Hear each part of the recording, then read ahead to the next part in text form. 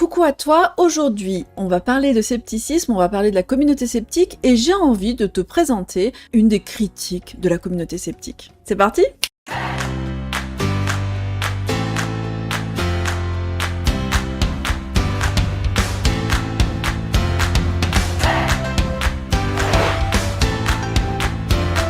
Tout d'abord, un petit message pour vous rappeler que j'ai une plateforme Utip. Si vous voulez m'aider à continuer à produire ce genre de contenu, n'hésitez pas à aller faire un tour dessus et à me faire un petit don. Je vous remercie et je remercie les personnes qui me donnent déjà.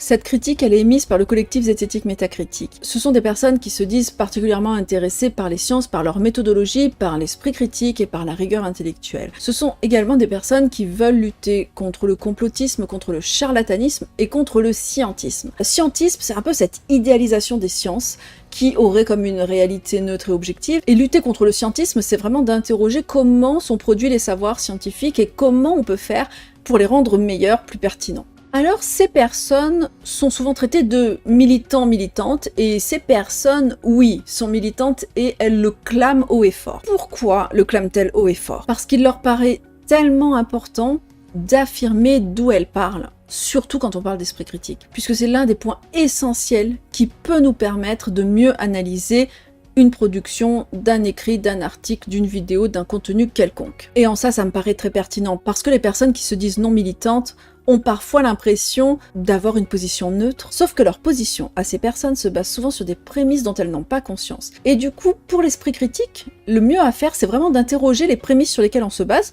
plutôt que de dire non, je ne me base sur aucune prémisse. Il est clairement précisé dans cet article que cette étiquette qu'on pourrait leur coller de militant-militante n'est pas là pour créer comme un groupe qui serait un groupe contre un autre groupe, mais est vraiment là pour nourrir la réflexion autour du contenu qu'ils et elles partagent. Ce que je vais faire dans cette vidéo, c'est que je vais vous vulgariser l'article qu'on trouve sur le blog zetetic.fr. Vous aurez le lien en description de la vidéo. À l'écran, vous voyez maintenant les 3 parties que je vais traiter dans cette vidéo. Tester vos biais, une méthode pour limiter ces biais idéologiques, et tous les modèles sont faux mais certains sont utiles. Il y aura une 4e partie qui n'est pas encore parue sur le blog zetetic.fr, c'est pour ça que je ne la vulgarise pas. Je vous préviens, cette vidéo va être longue, mais n'hésitez pas à utiliser les timecodes. Je vais mettre plusieurs timecodes pour que vous puissiez naviguer dans le plan sans souci. Alors je vous mets une petite photo de chaton pour vous mettre de bonnes dispositions pour regarder cette vidéo, et puis on est parti. Dans cet article, en fait, il est dit que les personnes qui ne se disent pas militantes ne sont pas moins biaisées. Elles s'appuient également sur une idéologie. Par contre, très souvent, les personnes qui se croient neutres ne vont pas avoir conscience de l'idéologie sur laquelle elles s'appuient. Et vraiment, ce qui est pertinent dans l'esprit critique, c'est déjà d'avoir conscience de l'idéologie sur laquelle on s'appuie, mais en plus, c'est d'échanger entre différents points de vue idéologiques pour accéder à un savoir plus riche. On se trouve dans la partie 1 de l'article « Testez vos biais » et on commence par le jeu des 7 erreurs. Je vais enlever mon visage pour que vous puissiez admirer cette magnifique map monde et me dire si vous y voyez une erreur. Je vous laisse regarder. Est-ce que vous voyez une erreur sur cette carte? Est-ce que vous pouvez la noter de côté pour voir si vous avez bien vu l'erreur? Il est très possible que vous ne voyez pas d'erreur. Et si maintenant je vous dis qu'ils ont prévu des essais nucléaires entre l'Australie et l'Antarctique, est-ce que vous voyez une erreur? Il est possible que maintenant vous voyez l'erreur. Il est aussi possible que vous ne la voyez pas. Moi, perso, je l'avais pas vue, mais je suis pas la plus grande géographe du monde, clairement. Je vais vous montrer une deuxième carte. En fait, sur cette deuxième carte, on voit qu'il y a des îles entre l'Australie et l'Antarctique, des îles qui n'apparaissaient pas sur la première carte. Alors pourquoi on est en train de raconter tout ça? En fait, on est en train de raconter tout ça pour montrer à quel point les erreurs vont être plus faciles à percevoir dans certains contextes.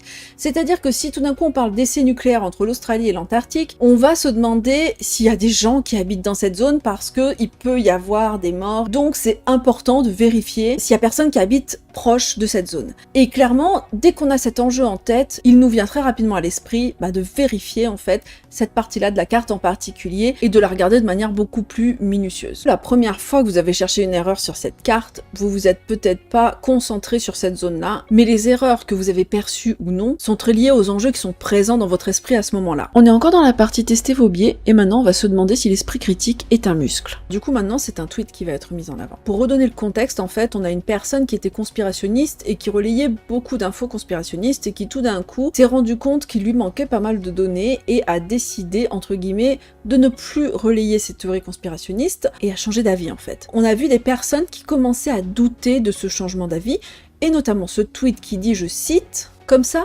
soudainement touché par la grâce du Saint-Esprit critique? Ça ne marche pas comme ça. L'esprit critique est une sorte de muscle. On ne se réveille pas un matin avec. Et cette phrase en particulier a fait tiquer l'une des deux personnes qui a écrit cet article de blog. Ce n'est qu'une théorie. Ce n'est qu'une théorie nous parle de sa dyspraxie. Sa dyspraxie l'amène à se cogner sur des objets, à faire tomber des objets, à renverser son café, etc. Et clairement, la seule façon de gérer ça de manière efficace, c'est d'adapter l'environnement de ce n'est qu'une théorie. On a beau lui dire et lui répéter de faire attention, ce qu'elle a essayé énormément de faire, ça n'a pas suffi, il ne suffit pas de faire attention quand on est dyspraxique pour ne plus se cogner, pour ne pas renverser les objets, et la meilleure chose à faire, c'est justement d'adapter l'environnement. Et du coup, pour ce n'est qu'une théorie, il en va de même pour les différents travers et biais que notre cerveau pourrait avoir. Alors du coup, on parlait de dyspraxie, donc il faut faire attention à ne pas se cogner sur les meubles, etc. Mais alors quand on parle d'esprit critique, à quoi il faut faire attention ? Bon, alors il y a plein de zététiciens qui vont vous dire il faut faire attention à tes biais, voyons. Mais si on leur demande comment on fait pour faire attention à nos biais, très souvent les réponses vont pas être si claires et pertinentes. Alors comment on fait attention à nos biais ? Le collectif Zem reprend l'exemple de Popper.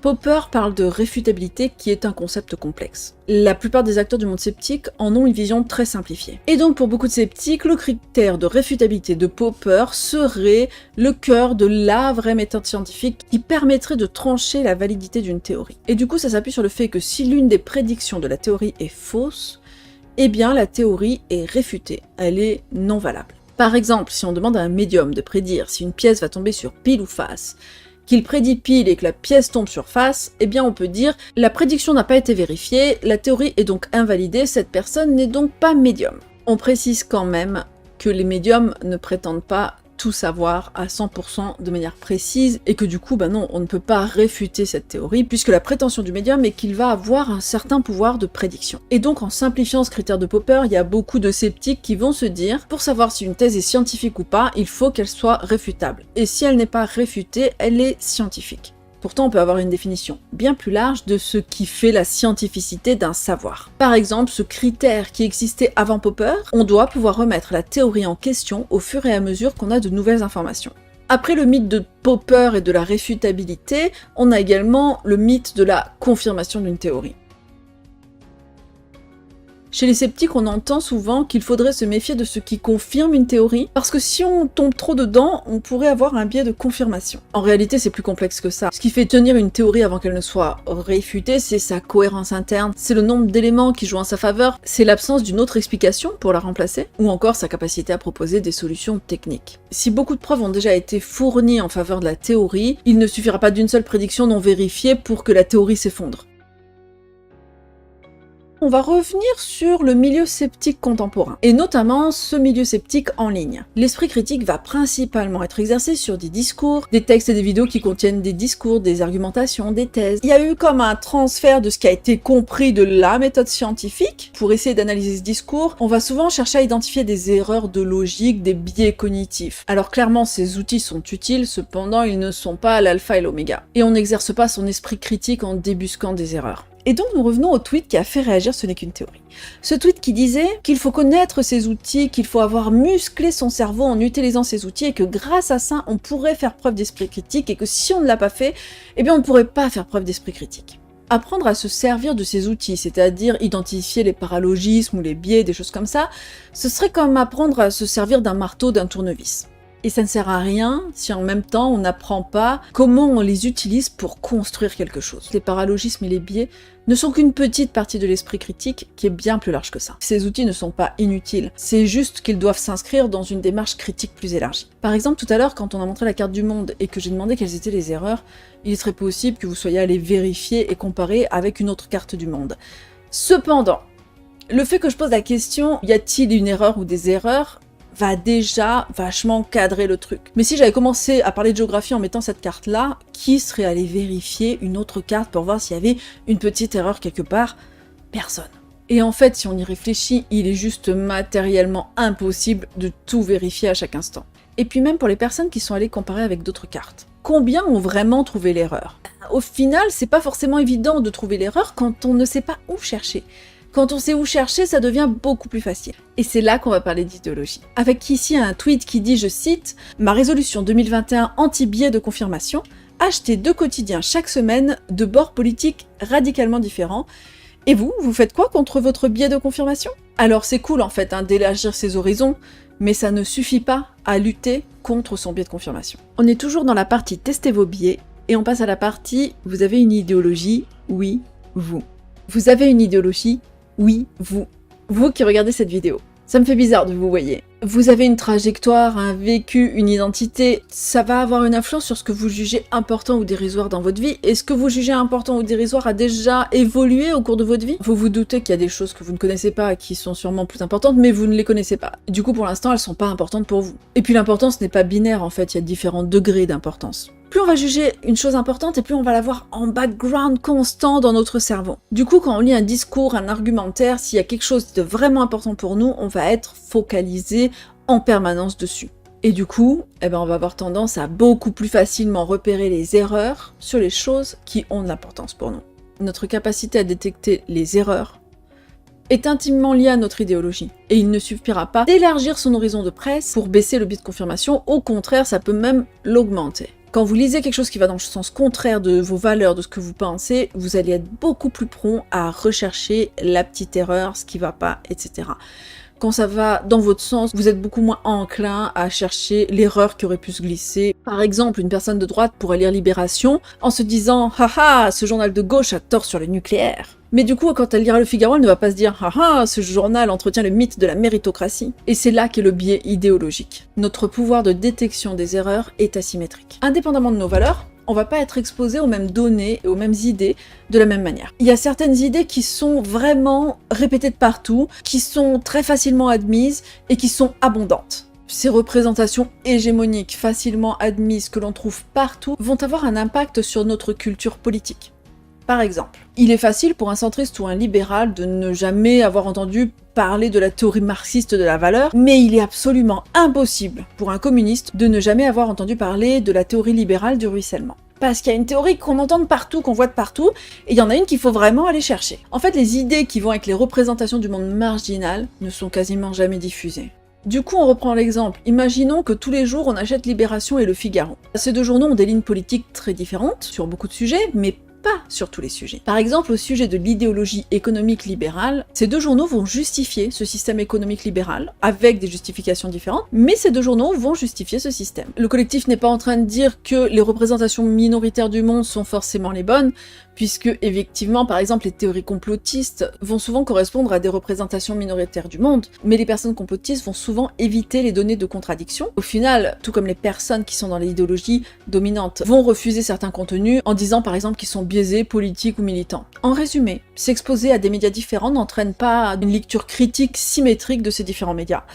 Et le croire, en fait, ça peut même conduire à manquer de recul critique, et à renforcer certains de ces biais. On passe à la deuxième partie de l'article sur les biais idéologiques. Cette partie s'intitule « Une méthode pour limiter ces biais idéologiques ». Dans cette partie, on va présenter des outils. En fait, c'est des outils techniques et méthodologiques qui vont nous permettre d'éviter les biais par des précautions extérieures au cerveau. C'est-à-dire qu'on va pas essayer de dire au cerveau « fais attention, fais attention, fais attention ». On va miser sur l'environnement extérieur qui va nous aider, entre guillemets, à ne pas tomber dans différents biais. Et donc il y aura 2 sortes d'outils, les outils d'anticipation et les outils d'approche. Le premier outil d'anticipation, c'est de se construire une culture générale.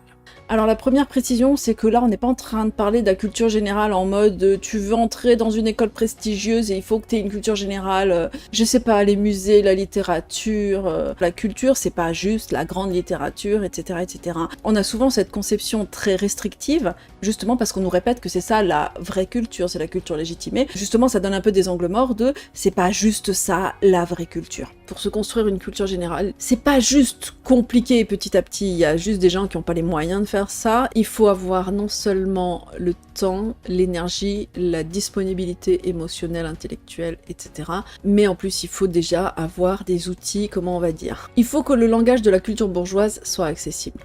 Et du coup, en y réfléchissant, je me demande si on peut pas déjà pallier au manque de culture générale par le fait de se cultiver sur le sujet qui nous intéresse, qui nous préoccupe et sur lequel on a envie d'avoir de l'esprit critique, de se dire, bon, bah, s'il y a un sujet qui t'intéresse, ce sera peut-être un peu plus simple de te motiver, de trouver le temps, l'énergie pour t'intéresser à ce sujet, pour creuser un peu plus ce sujet-là. Autre idée pour que l'acquisition de la culture générale soit moins compliquée pour certaines catégories de population, notamment par exemple les classes populaires, c'est de rendre des contenus plus accessibles, notamment donner les moyens à des personnes issues de classes populaires de fabriquer du contenu, car elles auront une culture et un langage beaucoup plus proches des personnes de classe populaire, et du coup ce sera beaucoup plus accessible pour ces catégories de personnes. Là, je te parle de mon point de vue situé à moi, qui prend en compte ma vie, ma construction, et les difficultés auxquelles je me suis trouvée confrontée, mais si tu parles à une personne handicapée, à une personne racisée, etc., elle va avoir un autre point de vue que le mien, qui seront construits avec son histoire à elle, avec sa façon d'avoir vécu différentes choses, et qui vont enrichir mon point de vue. Ce sont ça mes angles morts en fait. Puisque je n'ai pas le même vécu que ces personnes, eh bien clairement, je vais avoir beaucoup d'angles morts sur le vécu de ces personnes, et la meilleure chose à faire dans ce cas-là, c'est d'écouter les concernés, mais je t'ai déjà fait une vidéo à ce sujet sur ma chaîne. Autre chose, il faut pas hésiter aussi à miser sur des réseaux de connaissances. Clairement, là aussi, il faut un certain capital social, culturel, légitime et symbolique, etc. pour connaître les bonnes personnes. Autre chose, eh bien oui, il y a des personnes qui vont avoir beaucoup de difficultés à accéder à cette culture, et je veux dire, de manière générale, il n'y a pas d'injonction. Mais pour les personnes qui ont pas ces difficultés-là, qui ont le capital culturel, qui ont le temps, qui ont l'énergie, et qui ont envie, justement, d'aiguiser leur esprit critique, ce serait très pertinent d'aiguiser cette culture-là, en fait. Pour éviter les biais idéologiques, il est bon également de combler les angles morts qu'on a sur les discours qu'on lit. Reparlons de la map monde qu'on a montrée tout à l'heure. En fait, cette map monde a été faite par une personne qui avait peut-être certains enjeux en tête. Elle n'avait pas tous les enjeux du monde en tête. Et du coup, elle avait ces enjeux-là. Et elle peut être reprise, cette map monde, et utilisée par quelqu'un qui a d'autres enjeux en tête.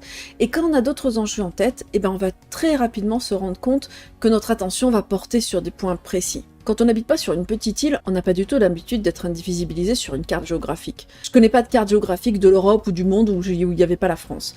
Clairement, on n'est jamais invisibilisé, donc on va pas se demander, tiens, est-ce que tous les pays y sont ? Par contre, si on habite sur une petite île qui parfois est invisibilisée, c'est vrai qu'on va plus facilement avoir l'idée de regarder, tiens, est-ce que les îles sont représentées sur cette carte ? On espère quand même que les personnes qui font les essais nucléaires pensent à avoir une carte avec toutes les zones habitées avant de sélectionner la zone sur laquelle ils vont faire les essais nucléaires. Allez, maintenant on va parler de combler ces angles morts et on va parler de culture politique. Une culture politique, c'est une culture des courants d'idées qui peuvent exister. Et s'il y a différents courants d'idées qui existent, en fait, c'est qu'ils répondent à des enjeux différents. Parce que clairement, tout le monde ne se focalise pas sur les mêmes enjeux et tout le monde n'a pas le même vécu, n'a pas les mêmes conditions matérielles d'existence. Donc ça peut être pertinent de se familiariser avec les différents enjeux existants. Comment on fait pour diversifier ces sources ? Déjà, le truc, c'est pas d'aller piocher des sources au hasard et d'en avoir plein. Il faut déjà commencer par se construire une culture politique et essayer de classer les sources qu'on voit sur le spectre politique. Et du coup, on va pas juste être là à classer gauche ou droite, on va classer différents courants idéologiques. Et du coup, si on reprend les deux journaux Libération et Figaro, en fait, ces deux journaux sont certes de gauche et de droite, mais ils sont tous les deux libéraux. Même l'UMA, qui est le journal national de diffusion le plus à gauche, reprend dans une large mesure les prémices libérales. Donc si on se limite à cette presse nationale, on va facilement accepter le libéralisme sans trop se poser de questions dessus et sans se demander si ça peut fonctionner autrement. On aura l'impression d'avoir l'accès à une diversité d'idées, mais en réalité, il y a comme une idée de fond parmi toutes ces idées qui n'est pas questionnée. Les idées de droite et les idées à droite de la droite sont très faciles à trouver et on les entend souvent dans la plupart des médias. À gauche, il est quasiment impossible d'accéder à la diversité des idées existantes sans connaître déjà quelque chose qui s'écarte du modèle libéral. Et ça, c'est pas partout qu'on va le trouver. Alors clairement, il y a des courants, il y a des sous-courants, etc. On n'est pas obligé d'aller dans le détail. Mais on peut déjà au moins avoir une idée d'autres modèles que le modèle libéral. On termine ces outils d'anticipation en expliquant comment on sait qu'on commence à avoir une culture politique qui peut être pertinente pour porter un regard critique sur un discours. Normalement, la culture politique, quand elle commence à être acquise, c'est le moment où quand tu lis un texte, t'es capable d'identifier par quel courant politique il a des chances d'avoir été écrit. Et non, il n'y a pas de texte neutre, et à partir du moment où on commence à avoir une culture politique, on arrive petit à petit à classer les textes dans différentes idéologies. Alors quand on fait ça, ça veut pas dire qu'on met tout ce qui est à sa droite à droite et tout ce qui est à sa gauche à gauche. Ça veut pas non plus dire qu'on réduit à une étiquette. La première question qu'on peut se poser, c'est quoi une idée? Par exemple, si je dis que les fraises sont rouges, c'est plutôt un constat matériel consensuel qu'une idée avec une charge politique. Par contre, si je dis les noirs subissent le racisme, là, c'est clairement une idée qui a une charge politique. Et du coup, ça peut aider à positionner politiquement la personne qui émet cette phrase. Une personne qui dit les noirs subissent le racisme, peut-être on va avoir un curseur très faible sur le fait que cette personne soit nazie. Ensuite, la charge politique va également dépendre du contexte dans lequel l'idée est émise. Par exemple, si je parle de la théorie du ruissellement en disant si seulement on enlevait des barrières d'enrichissement aux riches, l'argent ruissellerait jusqu'aux pauvres, clairement ça me classe dans la droite libérale. Par contre, si je parle de la théorie du ruissellement pour dire que cette théorie a été réfutée depuis des années, là clairement je suis plus à gauche que la droite libérale. Et un argument n'existe pas seul comme ça au milieu de rien en fait, il est souvent inséré dans un discours, dans un contexte, et du coup c'est très important de questionner ce contexte. Et c'est pertinent notamment parce que les confusionnistes fascistes vont souvent avoir tendance à ne pas dire explicitement leur thèse. Ils vont donner des arguments qui vont dans le sens de leur thèse, mais si à un moment on leur dit « Ah mais attends, ce que tu dis c'est quand même fascisant », ils vont répondre « Où est-ce que j'ai dit explicitement ça ?» C'est pour ça qu'avoir une culture politique, ça peut être quand même hyper pertinent. Quand on aiguise sa culture politique, on voit aussi que c'est pas des catégories hyper fermées avec des limites hyper claires entre les catégories, mais qu'il y a quand même un peu des gros consensus qui se dégagent, avec des limites plus ou moins floues sur le spectre politique. Puis après, dans la même veine d'idées, une personne qui, une fois, a un argument de droite ne va pas être de droite, en fait. C'est toujours un ensemble d'éléments qui vont petit à petit s'ajouter les uns aux autres pour permettre de déplacer le curseur sur la façon dont on positionne une personne quand on a une culture politique. On est toujours dans la partie 2, une méthode pour limiter ses biais idéologiques. Maintenant, on va parler des outils d'approche. Lorsqu'on veut avoir un regard critique sur un contenu, on ne se contente pas de débusquer les erreurs, et si on trouve des erreurs, d'invalider le contenu. Il faut avoir une lecture méthodique. Et la première étape de cette lecture méthodique, c'est d'identifier les éléments constitutifs du contenu du texte. La thèse, l'argumentaire et les arguments. Comme quand on disait tout à l'heure qu'une théorie n'est pas réfutée parce qu'il y a une prédiction qui n'a pas été vérifiée, là c'est pareil, une thèse elle n'est pas réfutée dès qu'un argument n'est pas valide. En fait, si on lit sans chercher l'argumentaire et la façon dont il défend la thèse, ça va être difficile de chercher les erreurs pertinentes. Ce qu'on cherche à faire là, c'est par exemple éviter de rejeter une thèse parce qu'un argument est mauvais, alors qu'on n'est pas encore assez familiarisé avec la thèse pour savoir si cet argument est nécessaire à l'argumentaire qui la défend. Dans un premier temps, ce qui peut être vraiment pertinent, c'est de ne pas s'arrêter sur des arguments isolés, mais vraiment d'essayer de comprendre quelle est la thèse, sur quel argumentaire repose cette thèse, et puis ensuite de regarder les arguments. Et du coup, l'article nous propose un exercice, et je vais enlever ma tête pour que vous puissiez un petit peu voir. La question c'est, quelle est la thèse de cette image? On voit un porteur du Covid-19 et une personne qui a un masque, la probabilité de contagion est de 70%. Une personne atteinte de Covid-19 qui porte un masque et une autre personne qui ne porte pas de masque, la probabilité de contagion est de 5%. Et puis si les deux personnes portent un masque, la probabilité de contagion est de 1,5%. Et puis c'est écrit portez-le, puisque c'est écrit en anglais, donc je vous le traduis. Quelle est la thèse de cette image? La thèse de cette image est qu'il faut porter le masque. L'argumentaire, c'est que si la personne qui est contagieuse ne porte pas de masque, le risque de contagion est beaucoup plus élevé. Si la personne qui est contagieuse porte un masque, il est moins grand, et si tout le monde porte des masques, le risque de contagion est beaucoup plus faible. Les arguments, c'est un petit peu les trois comparaisons avec les chiffres qui sont donnés. Or, les chiffres sont tous sortis du chapeau, comme l'indique un débunkage fait par Libération. L'image est fausse. Tous les arguments tombent à l'eau. Est-ce qu'on peut quand même dire que l'argumentaire est mauvais? Non. Est-ce qu'on peut dire que la thèse est fausse? Non. Si on vient juste dire « Ah, débunk, regardez, les chiffres sont faux », on passe à côté de l'essentiel. Porter le masque, c'est moins de contagion si tout le monde le porte. On peut même rectifier l'image en mettant la probabilité de contagion est haute, elle est intermédiaire et elle est basse. En faisant ça, une personne qui a la même position va améliorer la communication en la rendant plus vraie, même si elle est un peu plus floue. Et du coup, c'est vraiment une bonne idée de se dire, ok, il y a quelques arguments qui sont faux, la thèse reste juste, je vais essayer d'améliorer les arguments. Pour insister sur cette idée d'améliorer l'argumentaire, on peut parler de l'exemple du pay gap et du féminisme. Le pay gap, c'est cette différence de salaire entre hommes et femmes. Et du coup, il y a des personnes qui vont dire, par exemple, je suis féministe, mais le pay gap est un mythe. Et qui vont débunker en disant, ça c'est faux, ça c'est faux, ça c'est faux, sans aller plus loin. En faisant ça, la personne va affirmer qu'elle est féministe, mais en fait, elle n'est pas forcément allée voir pourquoi le pay gap n'est pas un mythe, et pourquoi son debunk n'est pas forcément pertinent. Le pay gap, c'est l'écart de revenus moyen entre les hommes et les femmes, mais c'est pas l'écart de revenus à temps égal ou à travail égal. Ça a quand même un intérêt, parce que déjà il y a une autonomie financière différente pour les hommes et les femmes, et ça c'est important de le préciser. Et puis aussi, il faut comprendre pourquoi il y a cette disparité entre hommes et femmes, qu'est-ce qui cause cette disparité, et c'est sur ça qu'il faut lutter, et pas simplement venir débunker en disant « Non mais à travail égal, à salaire égal, le gap est plus petit ». Pour résumer, quand on commence à lire un texte, on va essayer de chercher à comprendre quelle est la thèse et quel est l'argumentaire qui défend la thèse, et ensuite voir si les arguments sont valides ou pas, mais en sachant que si un argument n'est pas valide, ça n'invalide pas forcément la thèse en fait. Une fois qu'on a mis au clair la thèse et l'argumentaire et les arguments, ça devient beaucoup plus facile de faire le lien entre tout ça. Et puis il faut savoir qu'il y a des arguments qui sont nécessaires pour étayer cet argumentaire, et il y a des arguments qui sont pas nécessaires. Et du coup, mettre de côté un argument qui est pas nécessaire, j'ai envie de dire que ça ne change rien sur l'argumentaire et sur la thèse. Alors on passe à la troisième partie de cet article sur les biais idéologiques. Tous les modèles sont faux, mais certains sont utiles. Et on commence par la partie qui s'intitule « De l'impossible exhaustivité ». Les questions qui se posent là en début de cette partie, c'est vraiment de revenir sur la question « Est-il possible d'obtenir une description du monde qui intègre toutes les données disponibles et ferait la synthèse de tout ce qui est essentiel pour parer à tous les enjeux, au moins ce qu'on a déjà identifié ?»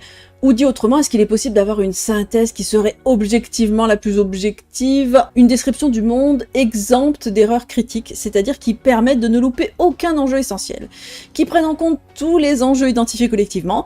Bon, la réponse est non, et du coup c'est la thèse qui va être défendue dans cette partie-là. Premièrement, il est impossible d'être exhaustif. Imaginons qu'on veut faire une map monde qui représente toutes les informations possibles applicables à une map monde, pour s'assurer de ne louper aucun enjeu. On va dire que ce sera juste illisible. Par exemple, tu vas faire une map monde et puis derrière tu vas rajouter tous les trucs des enjeux, tu vas mettre les lignes de train, les lignes de transport en commun, les réseaux où l'électricité passe.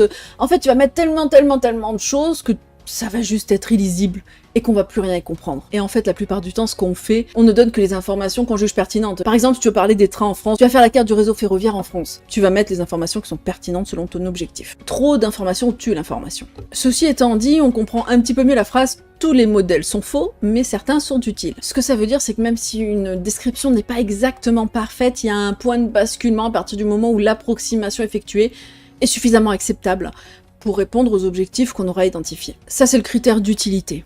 Et en réalité, quand on veut décrire en sélectionnant les informations qui nous paraissent pertinentes pour un enjeu, c'est les informations qui nous paraissent pertinentes à nous, avec nos angles morts, qui seront pas forcément les informations qui peuvent paraître pertinentes à d'autres. Donc même là, il y a une limite. Je me permets de rajouter comme ça vite fait, ça veut pas du tout dire « Oh là là, rien n'est parfait, donc tout est flou, donc on ne peut plus rien faire ». Ça veut vraiment dire « Ayons conscience de ça ».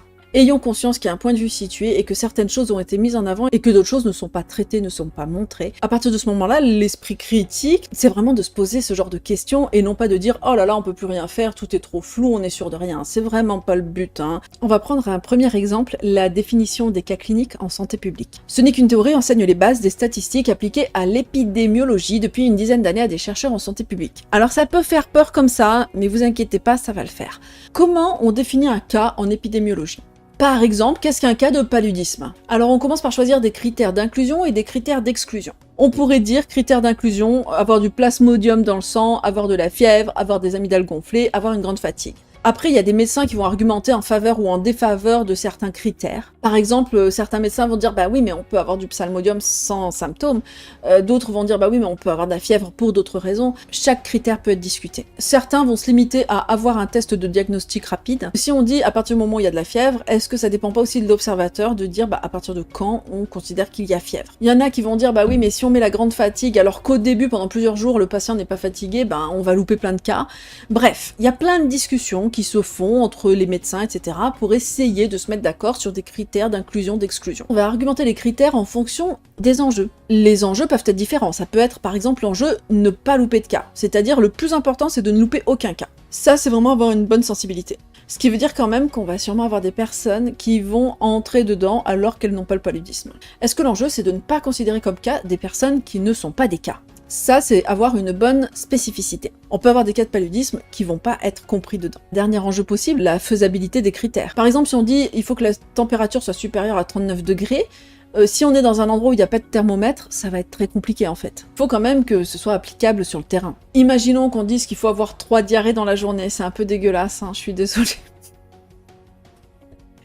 Imaginons qu'il faut avoir 3 selles liquides dans la journée et que le parent amène son enfant, mais que le parent était au travail toute la journée et il ne sait pas combien l'enfant a eu de sels liquides dans la journée. Et bien juste, on n'a pas l'information. Puis autre chose, pour certaines maladies, on a par exemple des outils diagnostiques très précis, des tests qui vont nous dire vraiment de manière très précise si la personne a le virus ou non, et que dans d'autres cas, en fait, ce ne sera pas des tests hyper fiables. Ensuite, il faut savoir que ça va être difficile, voire même impossible, d'avoir quelque chose qui ait beaucoup de sensibilité et beaucoup de spécificité, c'est-à-dire quelque chose où on ne loupe personne, où on inclut tous les cas, et quelque chose où on n'a aucun faux positif. C'est même des enjeux qui sont parfois contraires. Du coup, il va falloir un petit peu qu'on jongle entre la faisabilité, la sensibilité et la spécificité. Alors comment on va trancher ça en fait ? Eh bien ça dépend des objectifs. Est-ce que mon objectif c'est de traiter le maximum de personnes pour éliminer le paludisme ? Et du coup, dans ce cas-là, on va augmenter la sensibilité et on va diminuer la spécificité. Peut-être que mon objectif, c'est d'avoir le moins d'effets secondaires possible. Si par exemple les effets secondaires des médicaments sont très lourds. Dans ce cas, il faudra peut-être être un peu plus spécifique et un peu moins sensible. Et du coup, il n'y a pas la bonne manière neutre de définir les cas de paludisme en fait. Ça dépend des enjeux qu'on a. Je me permets de placer une petite parenthèse. Je suis très sensible aux enjeux de Covid long. Et il faut savoir qu'il y a un objectif politique derrière le fait de déclarer un cas comme Covid long ou pas. Parce que, par exemple, on peut avoir comme objectif de ne pas avoir trop de dépenses de santé publique, de ne pas avoir trop d'arrêts maladie à payer, et de dire, on va exclure les personnes des cas de Covid long. C'est pour ça que vraiment, il n'y a pas comme une réalité neutre et objective de comment on définit un cas de paludisme, un cas de Covid long ou un autre cas. Il y a toujours des enjeux derrière, en fait, qui vont faire qu'on va jouer sur la spécificité, sur la sensibilité et sur la faisabilité. Si on n'est pas au courant de tout ça, on pourrait rapidement se dire, il y a forcément une façon scientifique, neutre, de dire qu'est-ce qu'un cas de paludisme. Et en fait, on se rend compte que c'est pas si simple que ça, et qu'il n'y a pas une façon scientifique et neutre de définir un cas de paludisme. Et du coup, comment on tranche entre ces critères de faisabilité, de sensibilité et de spécificité ? En fait, ce sont des choix politiques. On va prendre un autre exemple rapidement. Imaginons que pour définir les cas de crise cardiaque, on a un critère d'exclusion, cette personne est sujette aux crises d'angoisse. On se dit, écoute, c'est une crise d'angoisse, c'est pas la peine de dépenser de l'argent pour rien. Eh bien, le jour où les personnes qui sont sujettes aux crises d'angoisse vont avoir une crise cardiaque, elles vont mourir en fait. Ces personnes vont mourir parce qu'on aura préféré faire des économies, alors qu'à la place, on aurait pu prendre le critère d'un électrocardiogramme montrant un infarctus. Cette phrase était difficile à dire. Mon Dieu. Électrocardiogramme montrant un infarctus. Mon Dieu. Ok, mais c'était moins faisable, excusez-moi. Bon, reprenons. Pour reprendre un exemple encore plus actuel, on va parler de cas contact, par exemple. Parce que là, clairement, on voit si on est plus ou moins sensible, plus ou moins spécifique, et que c'est plus ou moins faisable. Parce qu'on veut pas mettre en arrêt trop de monde pour rien. Et du coup, là, il y a des enjeux politiques derrière également, parce que on ne veut pas entraver la bonne marche de l'économie. Donc, il y a vraiment une dimension politique énorme dans la manière dont les choix sont effectués. Alors, quand on dit que c'est politique, ça veut pas dire que toutes les personnes qui interviennent dans ces processus ont conscience que c'est politique, hein. Je veux dire, on peut tout à fait se dire qu'on essaie de faire les meilleurs choix sans se rendre compte que derrière c'est politique, hein. Il n'y a pas besoin de la conscience pour que ce le soit. Et en fait, derrière tout ça, il y a un enjeu démocratique. C'est-à-dire que les experts et les expertes ont certains angles morts et que ça peut quand même être très pertinent d'écouter le point de vue des personnes qui sont directement concernées. Il y a vraiment un enjeu démocratique à essayer de prendre en compte les intérêts de tous et toutes. Du coup, on parlait de position hégémonique au début de cette vidéo, et vraiment cette position hégémonique, elle va souvent imposer comme une vérité scientifique neutre ce choix qui aura été fait entre plein de critères qui, derrière, ont des enjeux politiques. Cette position hégémonique va jouir d'une aura un peu où tout le monde va la penser neutre et scientifique. Après avoir parlé de paludisme, on va prendre un deuxième exemple, la définition des cas de racisme. Et on va revenir sur une polémique. Il y a eu une polémique sur Twitter quelques jours avant la rédaction de cet article, et donc cette polémique c'était suite à la publication du dernier numéro de la revue de l'AFIS, dont la couverture est la suivante. De nombreuses voix se sont élevées arguant que cette couverture est raciste, et le président de l'AFIS a déclaré « Le racisme me dérange. Je ne vois pas de racisme dans cette couverture, en tout cas avec ma définition du mot. Idéologie fondée sur la croyance qu'il existe une hiérarchie entre les groupes humains. » Ce n'est qu'une théorie a répondu que cette définition était périmée. En fait, cette définition, c'est la définition du Larousse. On le verra, c'est un aspect important. Mais en fait, on ne définit plus du tout le racisme comme cela, dans aucune des sphères qui étudient le racisme, ni aucune des sphères qui luttent contre le racisme. Ces sphères sont obligées de diagnostiquer des cas de racisme pour l'éliminer. Cette définition, en fait, elle est bien trop spécifique et elle est pas du tout assez sensible. Elle va énormément restreindre les cas de racisme au moins de personnes possible. Elle va considérer beaucoup de cas comme des non-cas. C'est une évidence pour tout spécialiste du racisme. Depuis l'émergence du racisme vers le XVIIe siècle jusqu'à environ la Seconde Guerre mondiale, il n'était absolument pas socialement répréhensible de tenir des propos racistes et cette définition n'avait aucun mal à diagnostiquer les propos racistes. Après la Seconde Guerre mondiale, c'est devenu moins accepté socialement de tenir des propos racistes, et du coup ça a obligé des personnes à refouler leur racisme, voire à le déguiser. La première raison pour laquelle cette définition n'est plus pertinente, c'est son manque de faisabilité. On aura beaucoup de mal à identifier des cas de racisme sur la base de discours qui promeuvent l'inégalité entre les races, puisque les personnes qui ont cette idéologie sont désormais tenues de la cacher. Ne serait-ce que parce que c'est légalement condamnable. Mais c'est pas tout. Quand on s'intéresse au racisme, en fait, l'objectif, c'est d'éliminer les différences de traitement entre les personnes en fonction de leur hypothétique origine ethnique ou culturelle. Et quand on a cet objectif en tête, on se rend compte qu'il y a énormément d'actes et de propos qui entraînent une différence de traitement entre les personnes, sans qu'il n'y ait aucune croyance dans l'infériorité d'une race, ni aucune intention raciste. Par exemple, un employeur trouvera tout à fait rationnel de ne pas employer de noirs dans son entreprise de service aux personnes âgées, car les clients ont peur et du coup, ils ne font plus appel à nous. Cela génère évidemment des discriminations à l'embauche, sans pour autant que la personne qui fait la discrimination ne se considère raciste, ni n'ait aucune croyance liée à une supposée infériorité des Noirs. De nombreux cas de figure, en fait, ont lieu un peu de manière indirecte, comme ça. Pour ce qui concerne la couverture de la FIS, on va pas rentrer dans le détail, mais il y a eu de nombreux arguments qui ont été donnés pour lister les effets indirects de ce genre de couverture, comme par exemple alimenter l'imaginaire du noir sauvage, alimenter l'imaginaire du noir ayant une culture ancestrale, arriérée plutôt que moderne, alimenter l'idée qu'il existe des cultures primitives et des cultures civilisées, etc. Du coup, la question qu'on peut se poser, c'est quelle définition du racisme on adopte ? Est-ce qu'on adopte celle qui identifie comme cas de racisme tout ce qui a des effets directs ou indirects sur les différences de traitement que subissent les personnes racisées? Ou alors est-ce qu'on définit uniquement comme cas de racisme les discours ou actes qui révèlent explicitement de la croyance dans une hiérarchie des races? Lorsqu'on défend la première définition, qui est pourtant celle qui correspond à un objectif qui devrait rassembler tout le monde, à savoir éviter la différence de traitement entre les personnes selon les origines réelles ou supposées, on a des réponses extrêmement violentes, du type « Soyez honnête et précisez de quel racisme vous parlez. Par exemple, le racisme dans le cadre de la théorie non prouvée du racisme systémique. Changez le sens des mots, le premier job des esprits dictatoriaux. » Putain, mais t'es juste con, ta définition est juste celle d'idéologues d'extrême gauche qui l'utilisent car cela convient à leur idéologie. Il est prouvé que la gauche américaine est raciste contre les blancs. Alors ta gueule, le sale raciste. Sauf qu'en physique, ce changement de définition fait consensus. Attention, ce n'est pas majoritaire, c'est unanime. Et c'est là la marque de la connaissance objective pour information. Je vous laisse nous expliquer en quoi votre redéfinition du racisme serait unanime. Quand on a un peu de mal avec l'épistémologie, il faut faire attention à ne pas prendre d'exemple dans les sciences mûres, pas de jeu de mots. Sinon, on est à peu près sûr de dévoiler l'étendue de son erreur. Idéologues d'extrême gauche, esprits dictatoriaux, parce qu'on a l'audace de remettre en question la définition qui sert à faire autorité dans la discussion, c'est-à-dire la définition du Larousse. S'il n'y a pas de consensus, il faudrait revenir au Larousse. Par ailleurs, on l'a vu, il n'y a pas besoin d'avoir un consensus global pour qu'une définition soit plus légitime au regard de l'objectif visé. Par exemple, en médecine, un cas est redéfini pour chaque étude selon l'objectif de l'étude. Et clairement, on peut quand même questionner une définition qui ne détecte plus que des cas très rares de racisme. La raison pour laquelle la première définition est rejetée par autant de monde, qui défendent la FIS, c'est à cause de l'autre enjeu.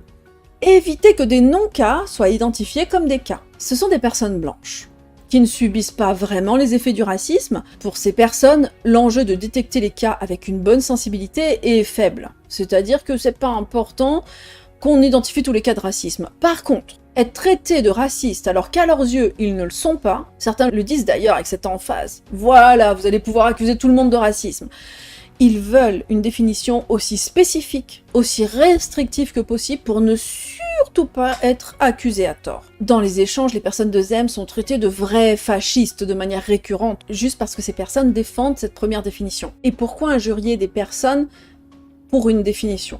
Si ce n'est que c'est tellement difficile de dire « ben oui, mais si on accepte ta définition, on va pas prendre assez en compte les intérêts des Blancs dans la lutte contre le racisme, parce qu'on pourrait accuser des personnes blanches à tort. » C'est vraiment quelque chose de tellement difficile à défendre qu'il est beaucoup plus simple de traiter l'autre de dictatorial ou de fasciste. Les personnes de Zem, ce qu'elles ont demandé, c'est vraiment de retirer la couverture et de présenter des excuses pour éviter les effets indirects que cette couverture peut avoir. Mais là encore, les personnes de Zem se sont fait traiter de fascistes à vouloir imposer une morale. On pourrait dire que les personnes de Zem ont essayé de rendre la définition de raciste plus antifasciste, et que ces personnes de Zem ont été qualifiées de fascistes parce qu'elles ne prenaient pas assez en compte les intérêts des Blancs, qui pourraient être accusés à tort de racisme.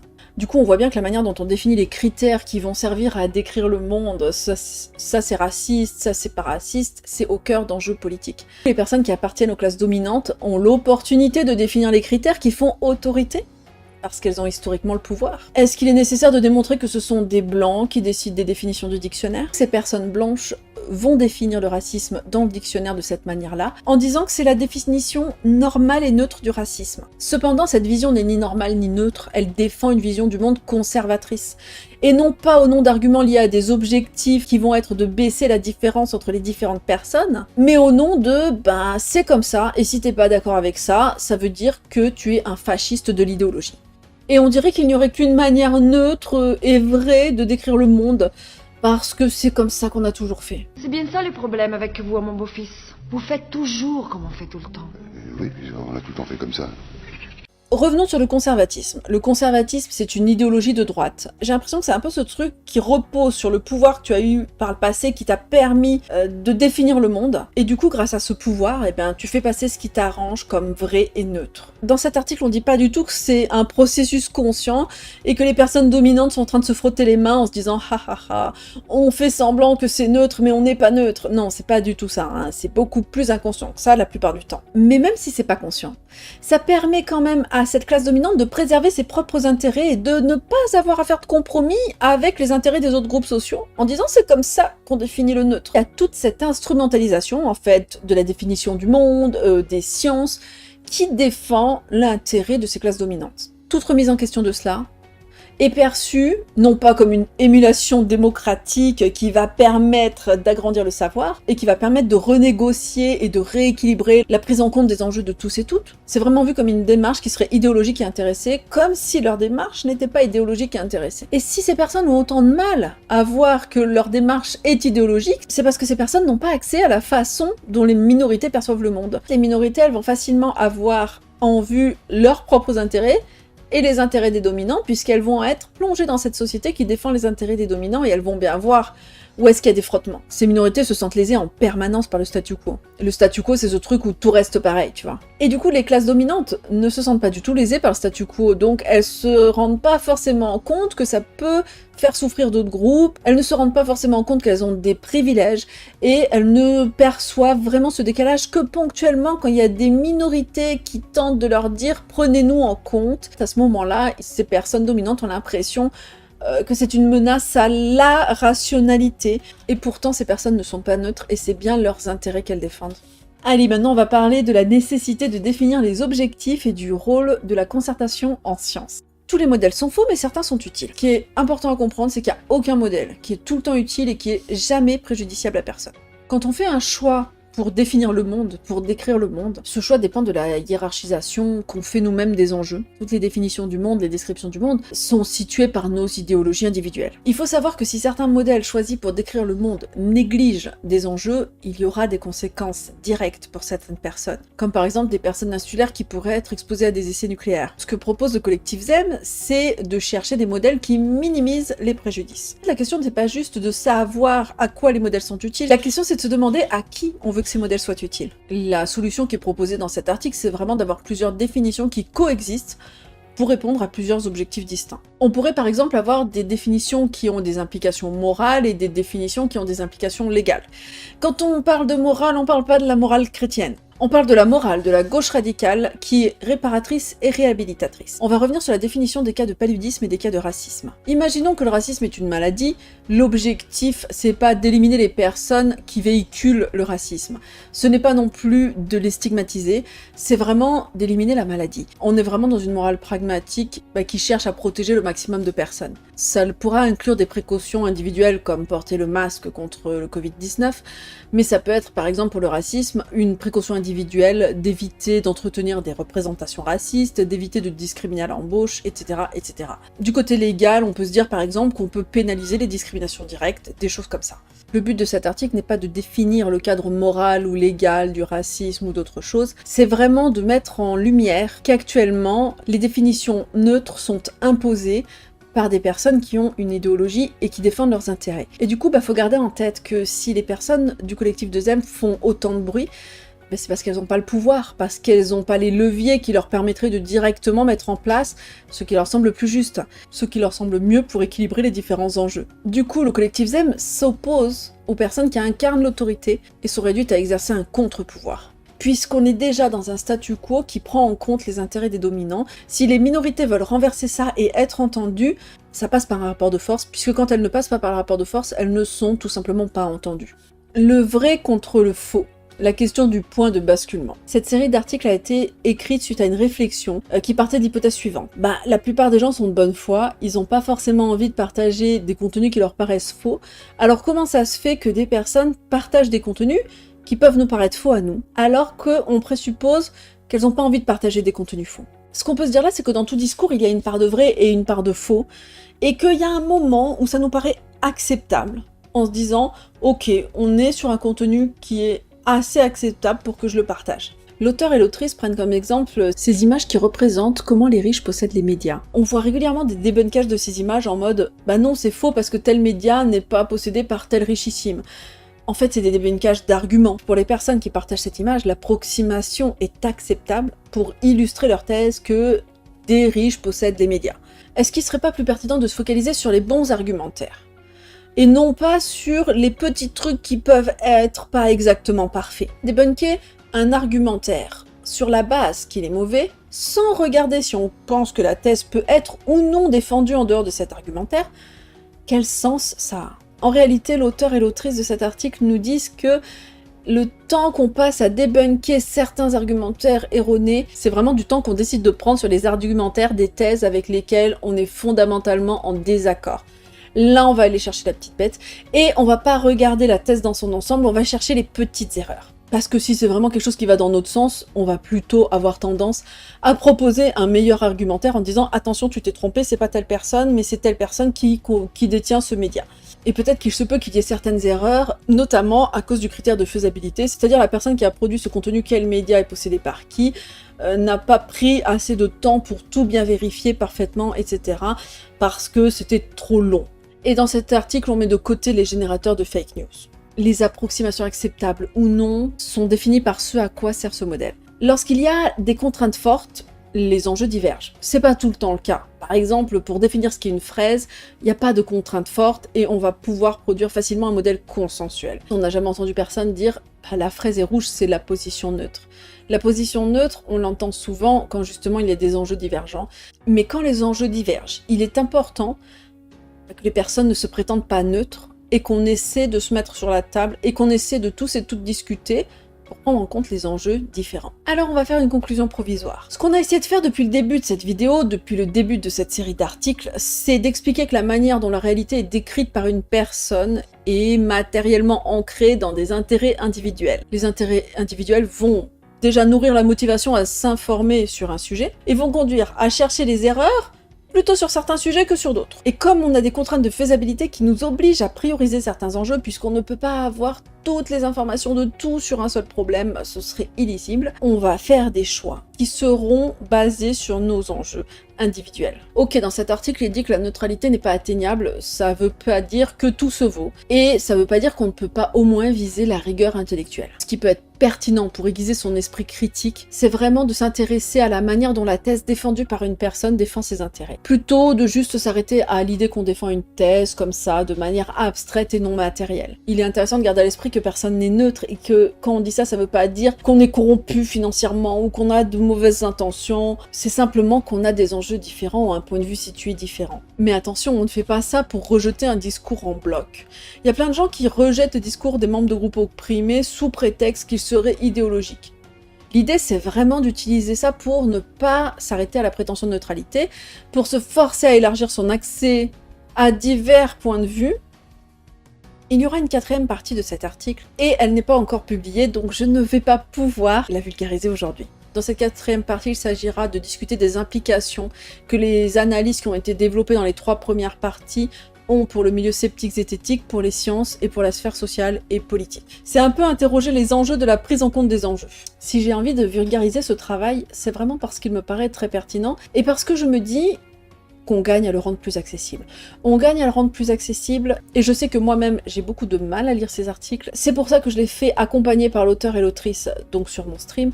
Je trouve que ça a notamment grandement sa place dans la communauté sceptique ou dans une communauté qui défend l'esprit critique, parce que ça me paraît des outils qui peuvent être pertinents pour penser le monde de manière plus complète. Je vais te laisser là. Je vais essayer de revenir le plus rapidement possible. Je remercie toutes les personnes qui me soutiennent financièrement, émotionnellement, humainement. N'hésite pas à mettre un pouce en l'air si tu as aimé la vidéo. N'hésite pas à t'abonner, à cliquer sur la petite cloche si tu veux être notifié des prochaines sorties vidéo. N'hésite pas à me follow sur Twitter, n'hésite pas à venir me follow sur Twitch. Sur Twitter, j'annonce mes streams, mes vidéos YouTube. Voilà, je te dis à très bientôt, je te souhaite une très belle journée.